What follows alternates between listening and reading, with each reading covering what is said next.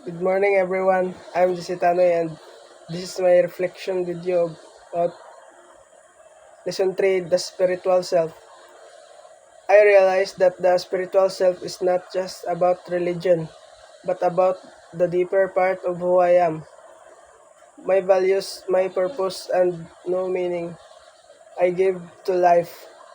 It reminds me that spiritually guides my decisions, shapes my character, and influences how I respond to challenges.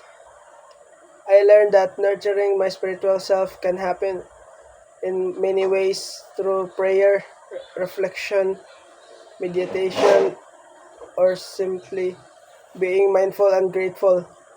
This lesson made me reflect on what truly matters to me and how staying connected to my beliefs can bring peace and clarity, especially during difficulty times.